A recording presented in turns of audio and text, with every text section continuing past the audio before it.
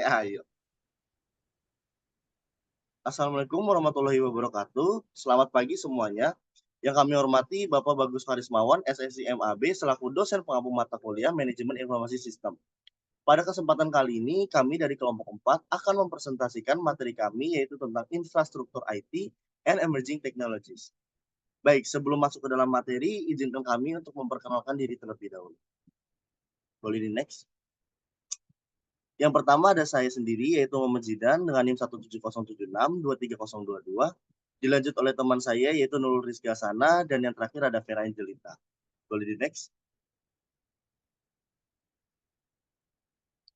Berikut merupakan pembahasan materi kami pada hari ini. Terdapat 6 konten, yaitu yang pertama tentang definisi, tahapan, dan pendorong evolusi infrastruktur IT. Yang kedua ada komponen-komponen infrastruktur IT. Yang ketiga ada tren platform perangkat keras komputer saat ini. Yang keempat ada platform dan tren perangkat lunak komputer saat ini. Yang kelima ada tantangan dalam mengelola infrastruktur IT dan solusi manajemen. Yang terakhir ada pengaruh MIS terhadap karir. Baik, materi pertama yaitu tentang definisi, tahapan, dan pendorong evolusi infrastruktur IT akan dijelaskan oleh rekan saya. Baik, terima kasih Zidan atas kesempatannya. Masuk ke materi pertama yaitu definisi infrastruktur IT. Infrastruktur IT mengacu pada komponen-komponen teknologi yang mendukung operasi dan manajemen lingkungan IT perusahaan.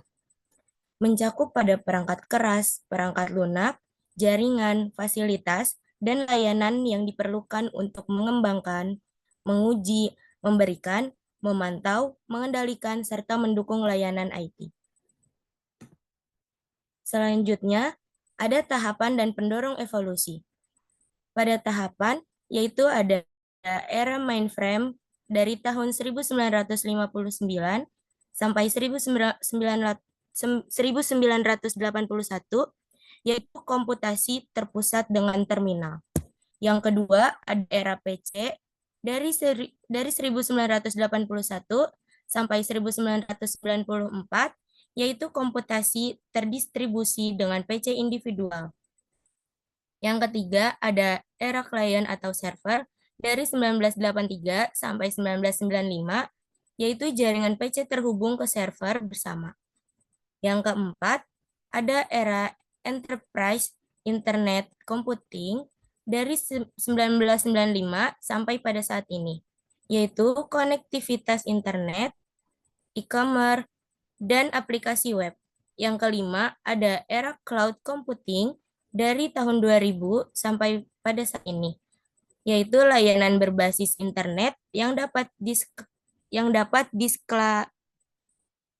diskalakan.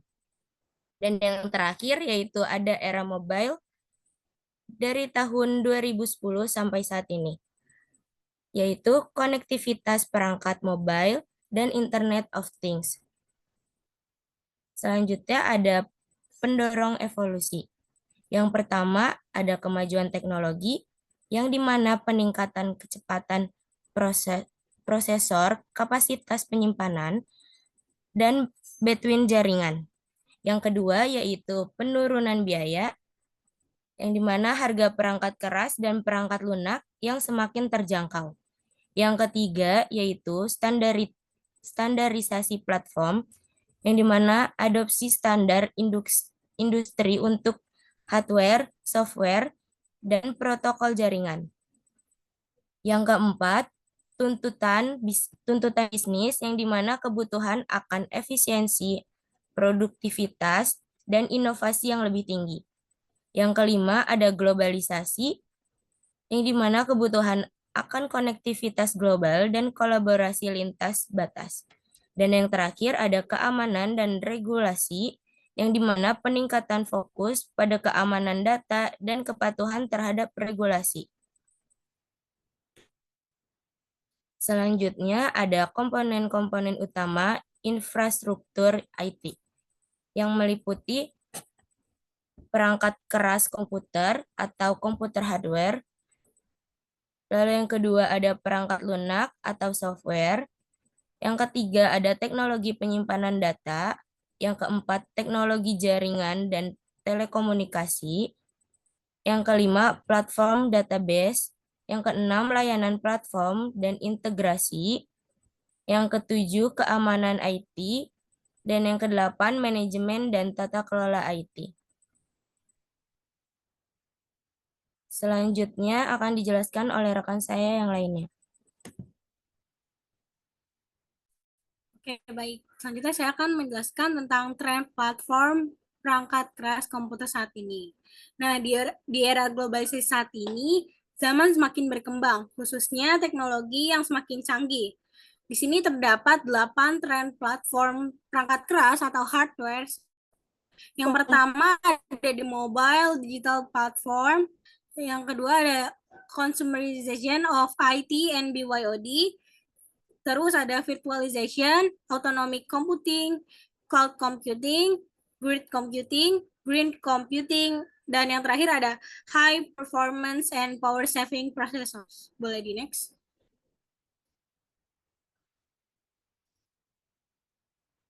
Nah, selanjutnya yang pertama ada penjelasan dari the mobile digital platform. Semakin canggihnya teknologi zaman sekarang, terciptanya telepon digital seluler sebagai alternatif dari pengguna PC dan komputer yang besar. Contohnya seperti handphone, tablet, dan lain-lain. Nah, berbagai fungsi dari PC termasuk akses internet, searching web, mengirim pesan, email, dan memindahkan data, dapat melihat konten-konten digital, dan lain-lain sudah dapat digunakan di smartphone. Lalu yang kedua ada consumerization of IT and BYOD. Nah, pada poin kedua ini berkaitan dengan poin pertama. Saat ini teknologi sudah menjadi kebutuhan sehari-hari yang berarti sangat dibutuhkan. Sesuai dengan namanya, BYOD yang memiliki arti bring your own device yang merupakan salah satu aspek dari konsumerisasi teknologi informasi. Hal ini yang membuat beberapa karyawan yang memakai perangkat pribadi mereka di tempat kerja. Sebagai konsumen, kita juga memiliki tanggung jawab dalam menggunakan teknologi, khususnya dalam menjaga informasi baik untuk kepentingan pribadi maupun untuk kepentingan bersama. Lalu yang ketiga ada virtualization.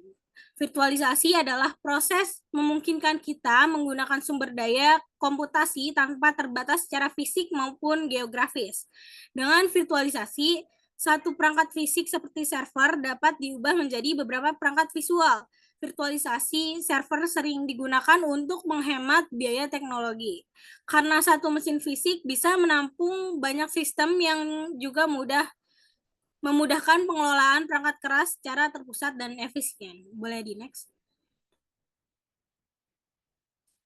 Nah, yang keempat ada cloud computing. Kemampuan perangkat keras dan perangkat lunak yang bertujuan sebagai penyimpanan data melalui internet seperti Google Drive dan lain-lain merupakan pengertian dari cloud computing ini. Nah, cloud computing terbagi menjadi 3 jenis server, yaitu yang pertama ada infrastruktur as a service atau IaaS, yang kedua ada platform as a service atau PaaS, yang ketiga ada software as a service atau SaaS. Nah, yang pertama ada IaaS itu merupakan layanan cloud yang menawarkan kemampuan komputasi seperti server, sekuritas, sumber data, dan jaringan penyimpanan yang akan lebih murah. Nah, yang kedua ada platform as a service atau PaaS, itu merupakan layanan cloud untuk memperbaiki fitur kualitas aplikasi. Nah, yang terakhir ada software as a service atau SaaS, merupakan layanan cloud untuk terhubung dan mengakses berbasis internet seperti Google Drive, Microsoft, dan lain-lain. Nah, selanjutnya ada high performance and power saving processor. Merupakan prosesor hemat daya dan berkinerja tinggi. Salah satu cara mengurangi kebutuhan daya dan perangkat keras berlebih adalah dengan menggunakan prosesor yang lebih efisien. Prosesor ini bisa mengerjakan banyak tugas sekaligus dengan konsumsi daya dan panas yang lebih rendah. Boleh di next. Selanjutnya ada autonomic computing. Komputasi otonom ini merupakan kemampuan sistem yang diupayakan untuk mengoptimalkan, menyesuaikan, menyembuhkan, serta melindungi dirinya sendiri dari ancaman dan penghancuran diri.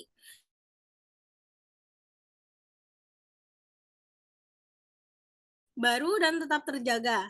Lalu terdapat sistem security pada aplikasi yang dapat melindungi dari ancaman luar.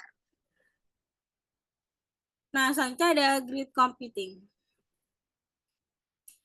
Grid computing ini merupakan teknologi yang menggabungkan daya komputasi dari banyaknya komputer dengan berbagai lokasi untuk menciptakan superkomputer virtual. Hal ini memungkinkan bisnis menggunakan sumber daya yang lebih besar untuk memecahkan masalah yang lebih kompleks. Nah, yang terakhir ada green computing. Green computing ini merupakan komputasi ramah lingkungan yang mengacu pada praktik dan teknologi untuk merancang, membuat, menggunakan, dan membuang komputer server dan perangkat terkait seperti monitor, printer, perangkat penyimpanan, serta sistem jaringan dan komunikasi untuk meminimalkan dampak terhadap lingkungan.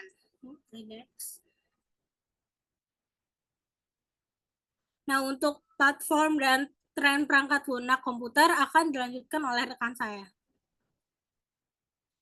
Baik, terima kasih Nurul. Masuk ke dalam platform dan tren perangkat lunak komputer. Yang pertama ada open source software atau OSS, merupakan sebuah perangkat lunak yang diproduksi oleh banyak programmer di seluruh dunia. Sedangkan Linux adalah sebuah sistem operasi yang termasuk ke dalam OSS, karena kode sumbernya dapat diakses dan dimodifikasi oleh siapa saja. Linux merupakan sebuah sistem operasi yang dibangun di atas kernel Linux, sebuah komponen inti dari sistem operasi yang mengatur perangkat keras dan menjalankan program. Kernel Linux merupakan OSS, sehingga memungkinkan para pengembang di seluruh dunia untuk berkontribusi dalam pengembangannya. Lalu mengapa OSS dan Linux begitu populer? Salah satu keunggulan utama OSS adalah tingkat keamanannya yang tinggi karena kode sumbernya terbuka, sehingga banyak mata yang mengamati dan memperbaiki setiap celah keamanan yang ditemukan.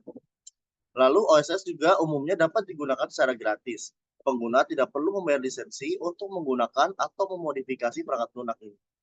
Beberapa tools dari OSS yang termasuk pada sistem operasi Linux yaitu ada server web, Apache, dan HTTP. Lalu ada peramban web Mozilla Firefox dan perangkat produktivitas desktop Apache OpenOffice. OSS dan Linux populer dikarenakan keamanannya, biayanya yang terjangkau dan sangat fleksibel, karena dapat disesuaikan dengan kebutuhan spesifik pengguna. Boleh di next. Yang kedua ada software untuk web, Java, HTML, dan HTML5. Java adalah bahasa pemrograman yang sangat populer dan serbaguna.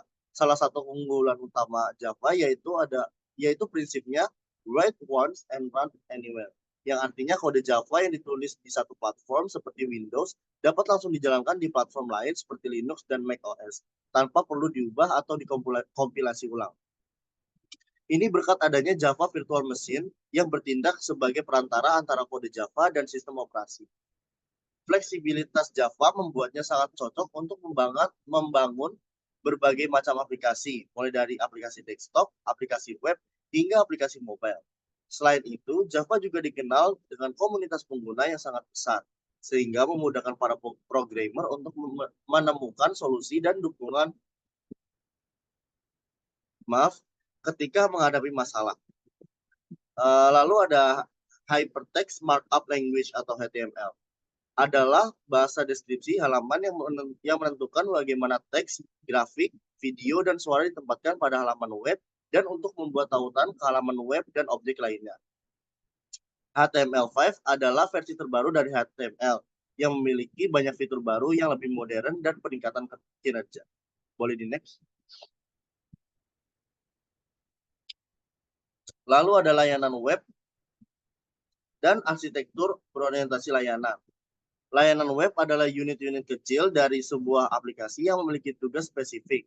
Misalnya ada layanan web yang mengelola data pengguna, layanan web untuk memproses pembayaran, dan layanan web untuk mengirimkan email. Layanan-layanan ini dapat berkomunikasi satu sama lain melalui jaringan, umumnya menggunakan protokol HTTP. Layanan web menggunakan standar terbuka seperti HTTP dan XML.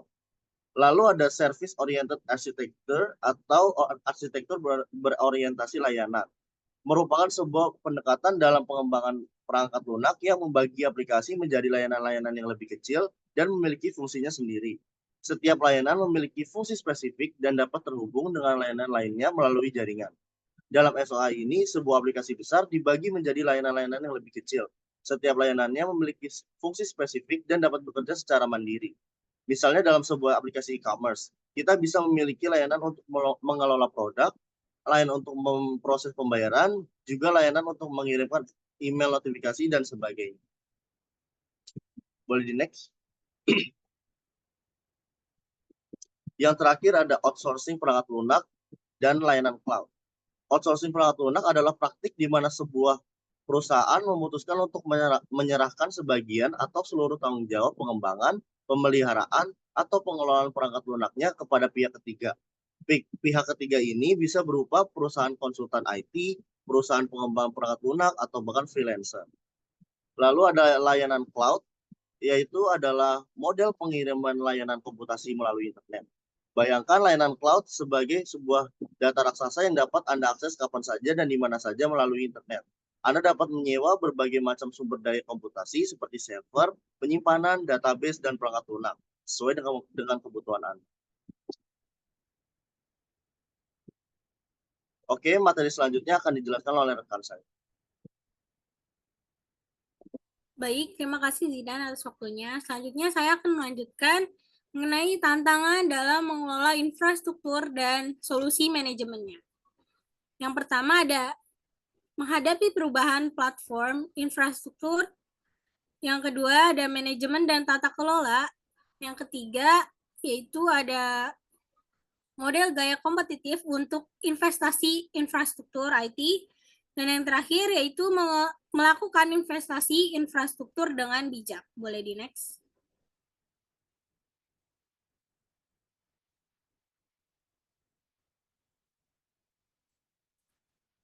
Nah, untuk tantangan yang pertama ada menghadapi perubahan platform infrastruktur.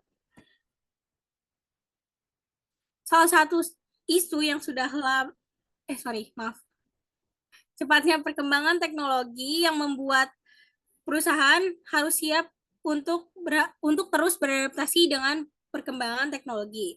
Masalahnya seringkali terdapat sistem lama yang masih dipakai sehingga sulit untuk beradaptasi dengan teknologi baru. Dengan menggunakan strategi cloud untuk memudahkan dalam menambah atau mengurangi kapasitas sesuai dengan kebutuhan perusahaan tersebut. Memperbarui teknologi secara rutin dapat menjaga performa dan memastikan sistem lama tetap kompatibel. Dan dengan memberikan pelatihan kepada karyawan agar karyawan tersebut terbiasa dengan teknologi yang terus berkembang. Nah, yang kedua ada manajemen dan tata kelola. Salah satu isu yang sudah lama ada di antara para manajer sistem informasi dan CEO adalah pertanyaan tentang siapa yang akan mengelola infrastruktur IT perusahaan. Setiap organisasi harus menemukan jawaban berdasarkan kebutuhannya sendiri. Nah, tantangan ini berkaitan dengan cara mengelola IT dengan aturan dan kebijakan yang baik, sehingga semua investasi IT dapat mendukung tujuan bisnis. Dengan manajemen dan tata kelola yang buruk, dapat menyebabkan pemborosan. Untuk itu, dapat diatasi dengan cara membuat tim dengan departemen terkait seperti manajemen untuk mengelola IT agar tepat sasaran. Dan juga dapat dilakukan evaluasi setiap tim secara rutin. Boleh di next.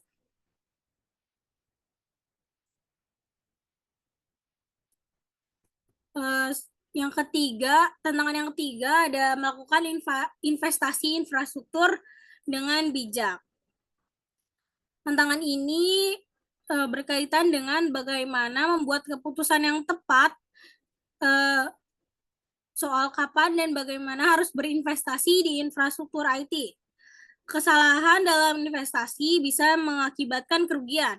Oleh karena itu, dapat dilakukan dengan menganalisis dan membuat keputusan yang tepat dan menerapkan strategi investasi bertahap sesuai dengan kebutuhan yang berkembang. Nah, tantangan yang terakhir yaitu ada model gaya kompetitif untuk investasi infrastruktur IT. Tantangan ini berkaitan dengan bagaimana perusahaan bisa bersaing dengan kompetitor melalui investasi di infrastruktur IT. IT bisa menjadi keunggulan kompetitif bila diinvestasikan dengan cara yang tepat. Boleh di next. Untuk materi pengaruh MIS terhadap karir akan dilanjutkan oleh Zidan. Baik, pengaruh MIS terhadap karir. Manajemen informasi sistem adalah bidang yang sangat relevan dengan perkembangan teknologi saat ini. Kemampuan dalam MIS dapat membuka banyak peluang karir yang menarik dan menjanjikan. Contoh kemampuan dalam MIS yang dapat membantu dalam karir seperti yang pertama ada meningkatkan keterampilan dalam penguasaan teknologi sehingga dapat meningkatkan peluang karir yang luas. Dan yang kedua ada meningkatkan pemahaman dalam dunia bisnis. Yang ketiga mampu mengidentifikasi masalah dan menemukan solusi. Yang terakhir ada membantu dalam mengambil keputusan.